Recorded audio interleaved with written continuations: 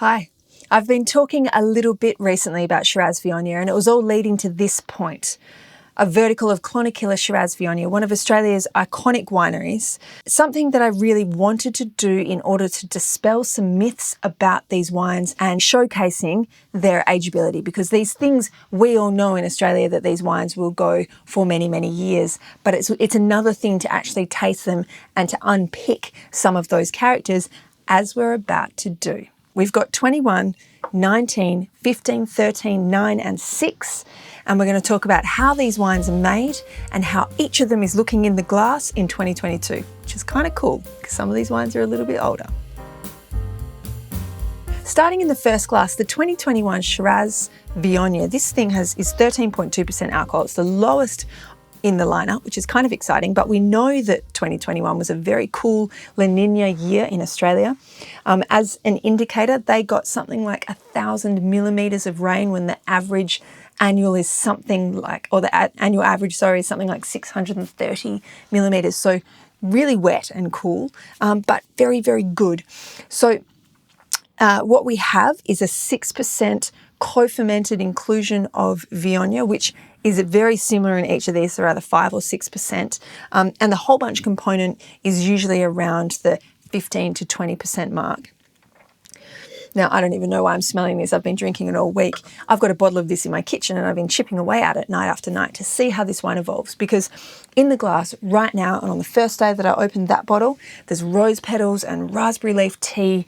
It's detailed and pretty and fine and finessed, and it's difficult to see how this wine is going to age. I mean, if you didn't take into account the structure, which is very, very fine but firm, the structure and the length of flavour, you'd be wondering, because it's plush and it's beautiful, it's delicious. I mean, it's a delicious wine.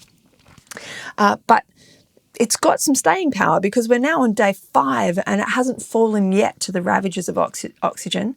I mean, normally I gas everything. I have a bottle somewhere. I gas wines even as I'm drinking them in the kitchen. I'd pour a glass and gas it. I mean, I hate oxygen in wine, but it's just holding up so well, and that tells me what I want to know about the quality and the ageability, cellarability, not a word, ageability of these beautiful wines. So the 2021, super special, cool product of a cool wet vintage, and frankly a bit of a marvel. Drinks like a Pinot, but more delicious than any Pinot I can think of.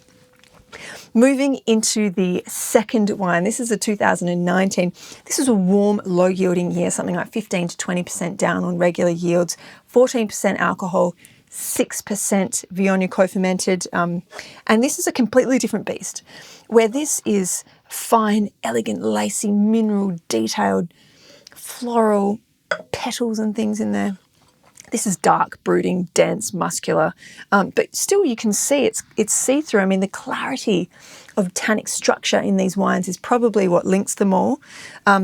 They have very beautiful fruit, but it's the tannins which are so fine and hold it all together that really make these quite marvellous. So anyhow, this is starting to pick up some of the cocoa nib and meat crust. You know, I say meat crust, I mean when you roast beef and you get that gorgeous kind of crust character on the outside. That's what I'm talking about. Juicy, salty, delicious. There's a little bit of that in here. And I find that with Shiraz Viognier, not just from this producer, but from any producer anywhere, when they're released, they're this vibrant, floral, coiled, springy, bouncy kind of thing. And that's the Viognier. But they go very quickly, like a roller coaster coming over that first bend and straight in. That Viognier kind of morphs into like meat very quickly, meat, exotic characters. And that's what we see here. We see a very quick evolution from 21, which is pretty and leafy and lifted and light, into this dense, dark, brooding, completely different beast, but really holding it together very, very well. Still super primary, very, very fine, mid-weight, gorgeous. Into the third one, this was really highly reviewed. This is a 2015. This is 14% alcohol, 5% whole co-fermented Viognier, 20% whole bunches. And it was an excellent, balanced year on the warmer side, but good. And what we see is all of that in the mouth. I mean, this to me, the whole bunches really stand proud on this wine. I think I said 20% and I meant to say 30%. It's the highest of all of them. And it's clear to me on the nose that that's what's happened.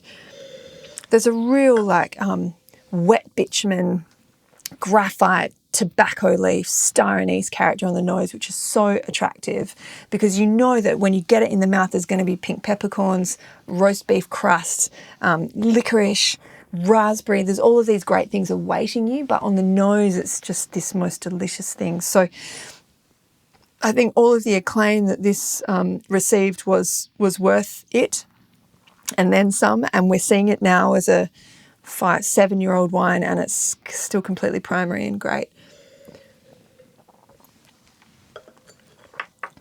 Very exciting. That wet asphalt bitumen character is really, really attractive. Moving into the 2013 textbook year, 14% alcohol, 5% co-fermented Viognier and 23% whole bunches. This is a very quiet wine at the moment. So I gave this the lowest score of all of the wines on the table, but not for the quality, but just for the fact that this is sleeping right now. This will be a great wine in time, but wines go through, and I've talked about it before, like a readiness evolution, and they peak and trough in the cellar. And at the moment, this is just so quiet. It's such a beautiful wine. It's so balanced. That tannic structure is so poised and so good, but it's just quiet and pared back right now. And I just really believe that even in like a year or two, this wine's going to open up again, because that's what they do. They kind of breathe in and out. There's like a respiration thing that wines do in the cellar, and at the moment it's just on an out breath, but it's just so beautiful. So please don't take any of that feedback to mean that the wine is not great, because it is. It's just quiet right now, and I think that it could do with some more time to come back out of its shell. Moving into the fifth wine, this is a 2009. I'm smiling as I'm talking to you because this literally smells like beef crust. I mean, authentically like beef crust. Like I would like to eat it. That's what it tastes like, smells like. So the year 09, warm, the continentality of the Murrumbateman area really played in its favour, because continentality brings with it maybe hot days but cool nights. And that big diurnal range between, say, and I don't know the temperature range of this year, but say it's 35 to 15, you get this really big 20-degree shift. And at nighttime, the vines can sleep and can recoup and relax, and they hold on to their natural acid. So you get fresh wines from years like that. They might be a warm year, but the coolness at nighttime brings balance and kind of freshness, and that's what's really good about it. So 14.2% alcohol, 5% co-fermented Viognier, and 22% whole bunches in the ferment. This is the roast beef crust wine. I love it. It's just so amazing, because in the mouth there's cherries and red currants and cranberries, and it's really primal and primary, but it's just got this gorgeous character, which I love. Really good, and so many years to go. I mean, it's still primary, so a decade will not bother it. 15 years will be fine. Moving into wine number 6, 2006, textbook year, 14% alcohol, 6% co-fermented Viognier, and 32% new oak. I love this wine. I mean, I smelt this wine. I smelt them all. The way I taste is I pour them all, smell them all, taste them all, and then go back to the first. It's kind of like when you season a glass with the wine that you're going to pour into it and you tip it out. Maybe that's just a wine person thing, but what it does is it readies the glass for the reception of the wine that you're going to pour into it. That's what I do when I'm judging with my nose and my mouth. I try and get them ready for the variety that I'm tasting. And so when I was looking at this set, I thought, I'll do that. Smell them all, taste them all, and then start at wine number 1, which was the 2021. So coming back to 2006, that first smell and that first taste made me go, wow. Because there are very, very big, for me, stylistic similarities between these two wines. And these are my 2 highest pointed wines and my 2 favourite wines as well. Very impressed with both of them. Slightly different years. I mean, this is much cooler and wetter than 06, but there's a similarity in the poise, in the clarity, and in the focus of these 2 vintages. They are exceptional. I love them. The bottle, I'm laughing because the bottle says will reward cellaring of 5 to 10 years, which would take it to 2011 or 2016. But in 2022, I still think this has another decade easy before it starts to crest that tertiary hill. So if you have multiple bottles of 06, I'd say probably definitely open one and see if you love it. I was quite bowled over by this wine, actually, like a really memorably beautiful wine. So for that reason, it's probably really special to open it now and see how it looks, but only if you've got more, because I think that this wine has still got a long way to go before it sleeps again.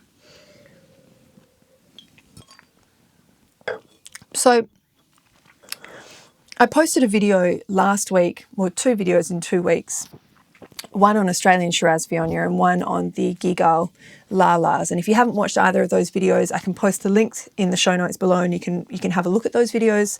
They're really good. I include the Clonakilla Shiraz Viognier in one of them. And I talk about, I guess, the thread that binds Australian Shiraz Viognier versus the thread that binds the Côte Rôtie examples. And what I found looking at the very small set of Australian Shiraz Viognier that I looked at, bearing in mind this year that I have tasted a far larger quantity, so I have those wines sitting in my mind as I look at the wines on video. The Australian Shiraz Viognier wines are so fine and detailed and fruitful without being over the top. I mean, these are very elegant, classy, pared back, minimal wines, I would say. But they have so much to give in terms of structure, length of flavour, poise, detail of fruit, definition. I mean, they're just really exciting wines that speak of the place that they're from. And I don't think you get wines like this outside of Australia. I think you get very different iterations of the same blend, but I don't think you get wines like this. So if you haven't tried these wines, and I know that a number of people watching this video will already be cult acolytes of Clonakilla, and that's cool. I'm there with you. But if you haven't looked at these wines before and you don't know what they're like, I would really recommend that you try some, because these are pretty epic textbook examples of New World Shiraz Viognier. And when you look at them in terms of their ageability and you put them next to the older wines of the Rhone, they stand up really well. Now, I had a discussion with a colleague the other day and he was saying, oh, but the 1978 La Moline was one of the greatest. I'm sure it was, and I haven't had the benefit and the honour of being able to taste that wine. And these don't go back to 1978, but I'd like to look at these wines when they are 30 years old and 40 years old and beyond and see how they go, because I reckon they'll get there. And this Stelvin closure is helping keep the structure tight, the fruit pristine, and I think it's adding decades on, but we won't know for decades. That's kind of the mystery. That's the new ground that we're breaking as New World producers and New World drinkers. So thanks for watching. If you haven't subscribed already, please do, because I've got a ton of other great videos coming up in the near future. It would be a shame for you to miss them. And in the meantime, drink great wine. There's plenty of it around. If you haven't had the Clonakilla Shiraz Viognier, you should give it a go. It's pretty good.